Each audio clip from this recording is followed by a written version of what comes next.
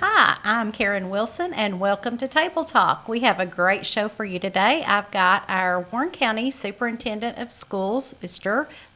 I say, but really it's Dr. Grant Swallows. But thank you so much for coming on the show today. We are going to talk about a very broad topic, which is school safety. Okay. It's on everybody's minds, these days, and we all worry about whether we have a child in the school system or not. Right. As a society, we really worry about our kids now and their safety. Sure. So let's start with one of the, I guess, first things that people think of when they think about school safety, and that's our SRO officers. Do we have one now at every school? We do. I think that's a good topic to start with because Warren County has been fortunate that several years ago made an investment to put SRO officers in our school buildings, and so for at least 10 years now, each school has had an SRO. And when I say SRO, School Resource Officer, that's what that stands for. Yes. A lot of people get that confused, but that is an officer that is actually employed by the Warren County Sheriff's Department, but is obviously stationed in our school buildings. And so what the school system has been doing for the last 10 years has been funding that locally through our budget. And so what would happen is the Sheriff's Department would hire those, and we would pay the Sheriff's Department or the county for their wages and salaries. And so this year, the governor put in his budget in the state's budget to SROs to be funded by the state. And so for this the first time. Take some of the burden off the school systems. And so we have moved this year to actually, because of that grant, adding 2 more officers. So we have a total of 14 in Warren County. Each school has one. Now, when I say that, Warren Academy shares one. They go between the middle school and Warren Academy because they're in close proximity. And there are 2 at the middle school, 3 at the high school, and all the rest of our schools have 1. And so that's been a really good process for us to work through. I do want to brag on Warren County because they had the foresight to do that many years ago. And so we've really tried to work out the kinks, and we just want our SRO officers to be a part of the faculty and staff. And it's amazing to watch them work. You'll see little kids walking by and giving them high fives, and they really feel safe to see them there. I think it's tough sometimes for young kids. They're like, what's a police officer doing here? Right. But when they find out he's just here to have fun with us and protect us, and I think it also really helps them understand that police officers are here to protect us. That's what I was going to say. I mean, the students seem very endeared to the SRO officers, and they get really attached to them. They absolutely do, and that's a tribute to our officers. It is. They do a great job of being involved. They also teach some curriculum, some anti-drug curriculums in different grade levels. Obviously, our little older grade levels. But it's a great partnership between us and the Warren County Sheriff's Department. I will be the first to say, and I'll say this probably several times today, that I wish we didn't have to talk about any of this. We wish that we could just go to school and be like it was when we went to school, but we just don't live in that environment anymore. And so we're very fortunate, though, to live in a county that's made a significant investment over the last several years to get us to where we are. Now, we certainly are not perfect, and I think you can see that in the incidents that have popped up through our country. We're dealing with new threats, we're dealing with new issues, we're dealing with new things that come along every day, but the more we prepare ourselves and the more we talk about it, I appreciate the opportunity to be on the program today to talk about this, because we want to be an open book. We want to be transparent with our families and our community, because knowledge is power when it comes to this. And so the more we know about it and the more we know what we're doing to keep our kids and our employees safe, the better off we're going to be. And I'm sure, of course, the officer has been through training, and we'll talk about some other people that get trained, but I'm sure everyone in the school system, too, from teachers to staff, all of them have a lot of training these days. Absolutely. Some is required by the state. We have some requirements that we have to do a lockdown drill within the first 30 days of school. We have to do a fire drill within the first 30 days, and then every month. We have to do a storm drill. We have to do a bus evacuation drill. So some of those are requirements, but we try to go a little bit further just to make sure, because again, understanding that this is a hot button issue for a lot of people. And so the more we are able to practice and provide that knowledge, then the better off we're going to be. Now, our school staff, we spend a significant amount of time in the summer and then in that first week of in-service talking about the importance of that. This year has been quite a transition with a new law that says that all outside doors must be locked. They are actually being checked by law enforcement. There are significant punishments to school districts that are found to have an open outside door or an unlocked outside door. And so we've made the transition to even saying inside the school building, if students are present, those doors the classroom doors should be closed and locked. And that's a different thing. That is and it's different. not easy. Yeah, right. Because you Coming think and going, you think of Warren County High School with 1,900 students. There's a lot of movement, and so that's not easy. But what we found is that safety is not about the ease. It's not convenient. You can't really have convenience and safety, and we Right. choose to have safety when it comes to that. So it's important. We have to have a lot of people that are on board. That is made easier in the fact that people are worried about it, and they will do what They generally we comply ask. better. They do. Yes, They do. okay. They do. Well, and you brought up about the locked doors and stuff. I guess since Covenant, we have seen that threats can come from the outside of schools. Yeah. What physical measures or safety measures have you all taken? The Yeah. locked doors is one. Are there other things that have been implemented? There are, and again, want to brag on our school system and our county for being in the forefront of that. Before I got here, this is my 4th year, the school system had made investments in putting the security vestibules in all of our school buildings. Yes. If you've been into a school building lately, you will see that when you walk in the front door, you're met with You don't locked go doors. right in, That's yes, right. right. And that's not always been the case, and that was actually added to all of our buildings. So all of our school buildings have security vestibules. There was a new law passed this year, and I've already referenced that with the locking the outside doors, but it is now state law. If you renovate or build a new building, they have to have the security vestibules. Another thing that they have to have is the bullet-resistant film that is on the main entrances to our buildings. We have made that investment over the years, and I'm happy to say all of our front entrances have that installed now. That is also a new part of the law. I'm always quick to point out to say that that is bullet-resistant film. It's not Right. bulletproof film. Right. But the theory Could being slow someone it down. absolutely would, and I could show you some videos of that film. Even if there were to be a hole in the glass, it takes a long time for them to get through it because it keeps it from shattering. That's what that film does. And so, in essence, it gives more time for us to respond if that were to be the case. Right. Again, not perfect, but better than not having it all together. Right.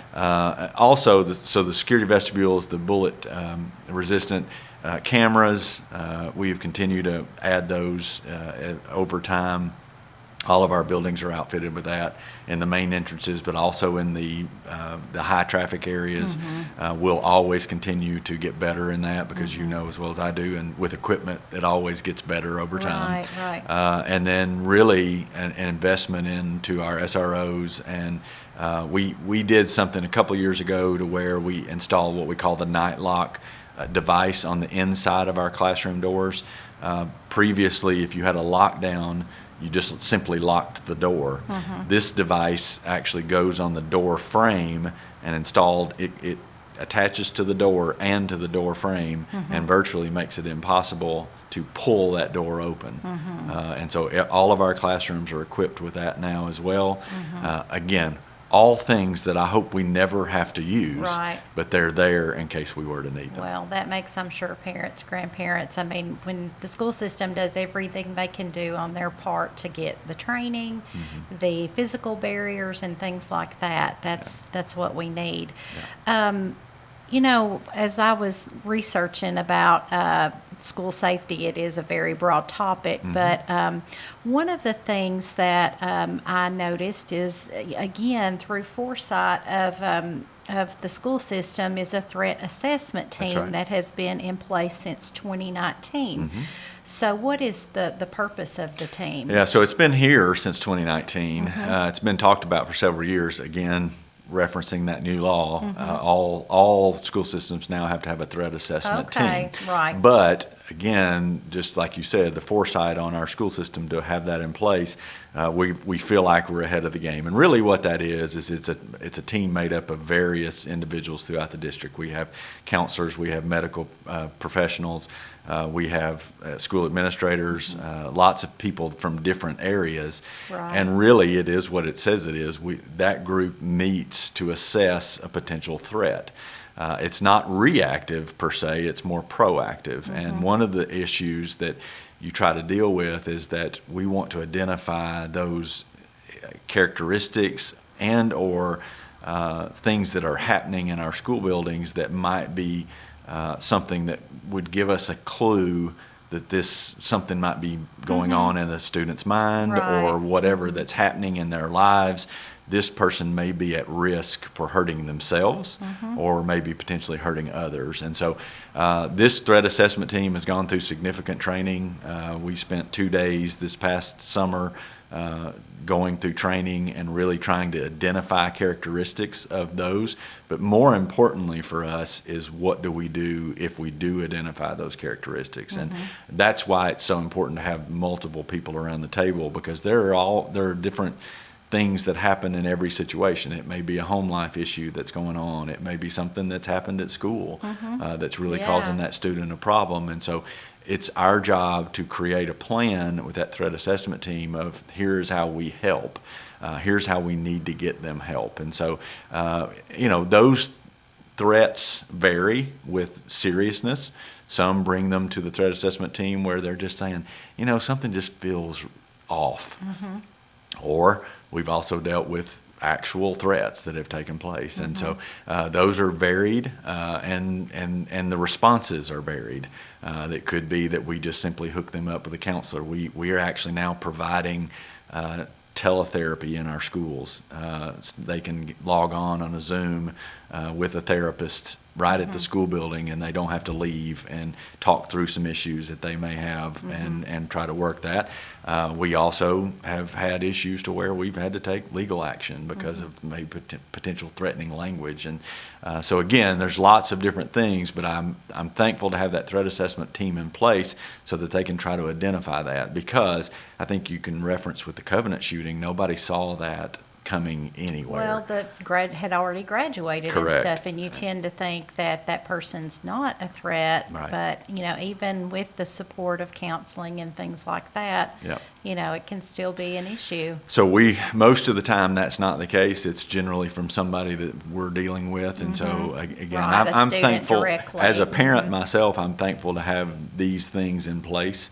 Again, we know that we can deal with threats from a lot of different places, but that threat assessment team is somebody that's trained to really deal with some of the issues that we're seeing in our schools today. So with this, say you do have a student that is a medium to high risk, I guess the plan for the student varies according to what the issue is. Yeah, it is, and it's different in every area. Again, like I said, we may refer them to some outside counseling, or we may provide that counseling ourselves. If we consider it per se, we haven't thankfully encountered this yet, but if it were to be an immediate threat, then obviously we would get law enforcement involved and so on. So it's varied. We deal with lots of different things, and again, I want to say this: it's not that this threat assessment team meets weekly, but it responds when Right. it has to or is called in. We do try to meet monthly, even if we're not dealing with a specific threat, just so that we're staying on top of the things that we've seen previously. Right, because there could be connections between schools and things Correct. like that Yeah. you need to talk about and bounce things off of each other for sure. Yeah.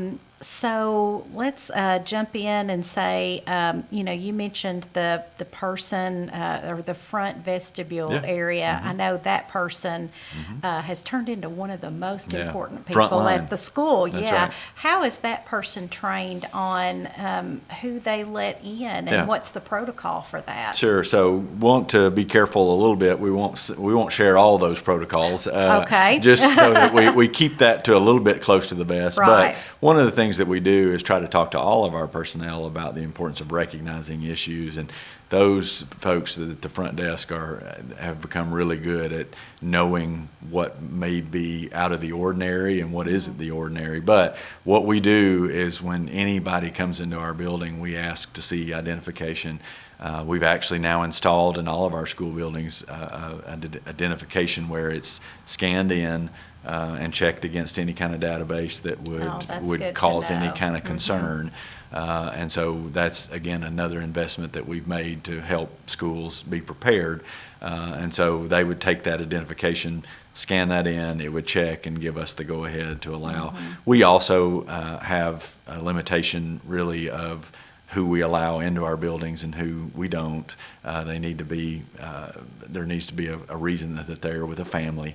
We have what we call yellow cards that would keep people from coming in or out. And so that security vestibule really helps us give a center point for that.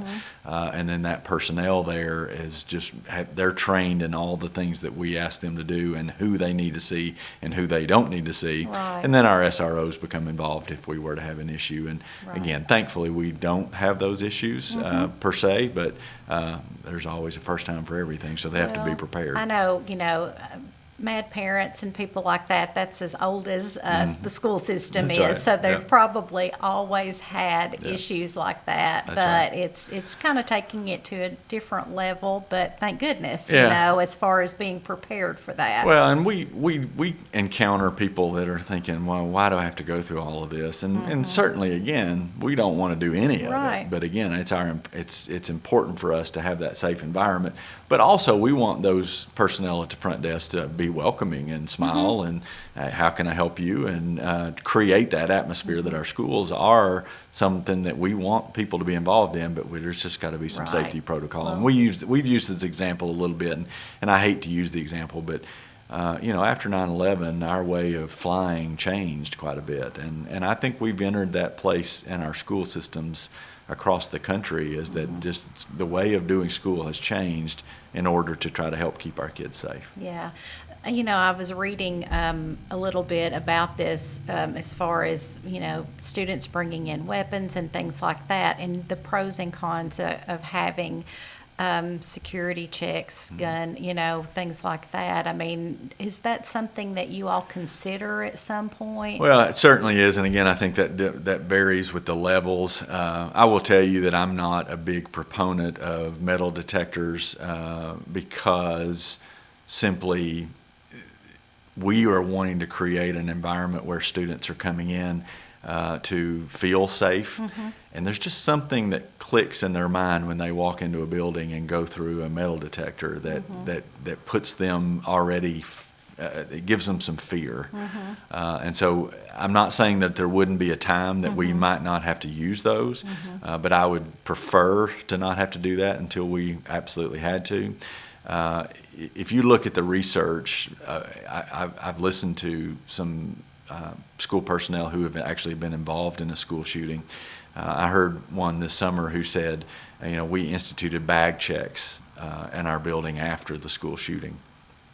And he said, while those bag checks were helpful, it wasn't about checking the bag. It was about the student being greeted by two different adults that morning. And so they were saying, good morning, how you doing? And we're all humans. We can tell when something's off with a person that's walking into a building. And so really that's what we're trying to focus on.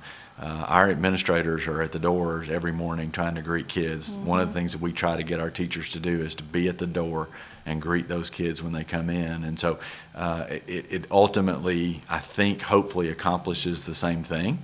But, there are a lot of places that are going to a clear backpack policy. Yes, I think that's something we've got to consider going forward. But at the same time, I think we are trying to make those connections with students so that we understand that morning when we potentially would see a kid that doesn't seem exactly right, for us to be able to say, hey, what's going on? Right. Make that connection and make that relationship so that we avoid some of those things. Well, I know this is going off script a little bit, but there has been a lot of, correlation between the violent student with bullying, and that unfortunately still happens. We just, that's the way the world is. But have your teachers, and I'm sure they've gone through extensive training in how to deal with bullying and how to address the bully. Yeah, that's been going on for a number of years, and of course we've got to be careful about using the term bullying to an extent, because that we make everything bullying these days. Yes. Some things are just simply kids not knowing how to treat each other. Right. Bullying is something that happens over time, is repeated, and you remember those things. You had those you have a horrible year, That's not right. just a day. That's right. So we've trained our teachers, and again, we're not perfect in this, but to try to identify those. And also we've tried to talk to our students about, do not suffer in silence. We need to know that sometimes. And I used to say, even as a high school principal, to say, look, I get it. Nobody wants to run to the principal's office and tell of what's going on because you feel like a tattletale. Right. But at the end of the day, we need to have that conversation to where we can help. Adults have to intervene in that way. Again, I think that's the importance of building relationships, and then also being able to connect students with adults in that building to help them overcome, potentially help us intervene and maybe stop that, but even more so to give that student an advocate in the building for when they are struggling, for them to be able to go and sit down and say, hey, look, I'm having a bad day. Right. This person's giving me a hard time again, and then allow us to intervene. I think that's when it works.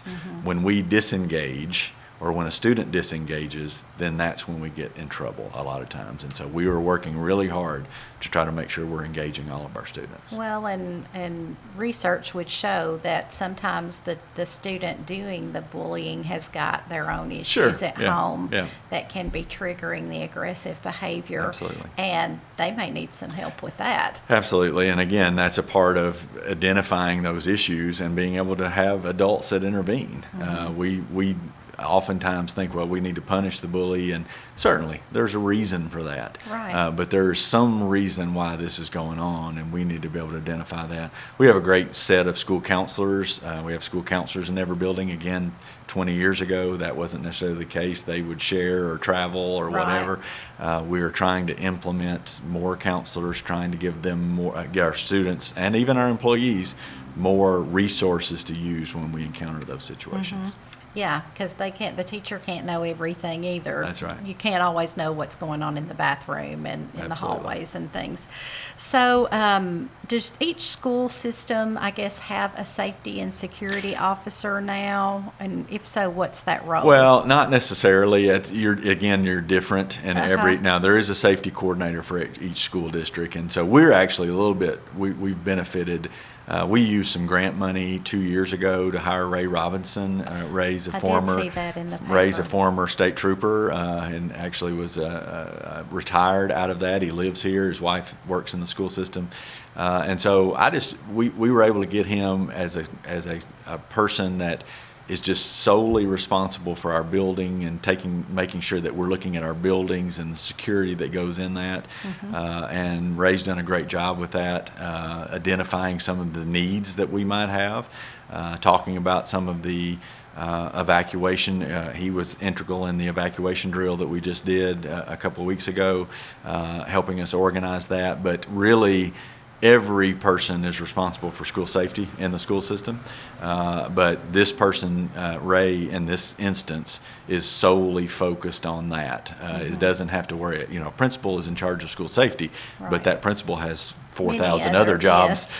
So we were able to identify a job where this person solely focuses on that. He also helps us with bus safety and security, because often we see bus accidents and things that we never want to see. But Ray's background is former law enforcement, and he helps us with that. So again, very fortunate here in Warren County to have some resources that maybe other people don't.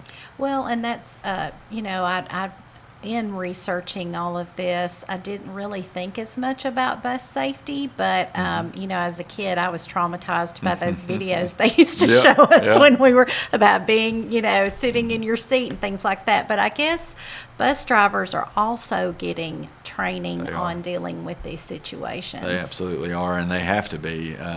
Again, you talk about a very tough job. A bus Yes. driver is taking 50, 60 kids every day, putting them on a bus. And they're to their back. And they are. And they're dealing with situations to where in the morning they're tired because they're going to school. In the afternoon they're worn out because they've been at school. And so you know how you are when you get that. You're a little edgy. And so they're dealing, with some issues on the bus with just how kids treat each other. Right. But they're also dealing with having to drive a very difficult vehicle in different situations. And it's just not always safe. So has to be a lot of training.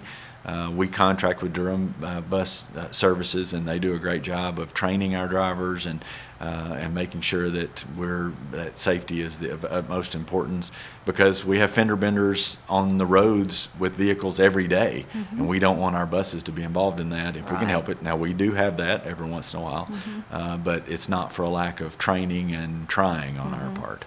Now, you all did have an evacuation training for the middle school We did. the other day. It was a pretend, I guess It is was. the wrong word, Yeah, gas yeah, leak. yeah, How yeah. did that go? Fictional scenario is what we Yes, called uh-huh. it. This idea was born out of in Warren County, law enforcement had a drill this summer at Covenant Academy in Warren County, and they responded to a fictional shooting drill, and so they kind of prepared. And so as we were sitting there watching that, from the school system standpoint, if something were to occur like that, law enforcement's going to come in and take over that campus, and really we're just going to be providing support. But when those students were evacuated or are evacuated and then reunified with their families, Yeah. that's going to be very much on On you us. all, right. And so we said at that time, we just really need to practice this, because moving that many people, reunifying them with their family in a way that they're not used to is not common and is really tough. So Well, we there said, can be lots of hysteria going absolutely. on at that time. That's right. And so we just said, we need to do this. We felt like the middle school was the right school to do it, because they're a little older, they can understand that. But there was also enough people for us to kind of get an idea of what that would look like. And so we were very, very pleased with the drill. Again, hope we never have to do it for real.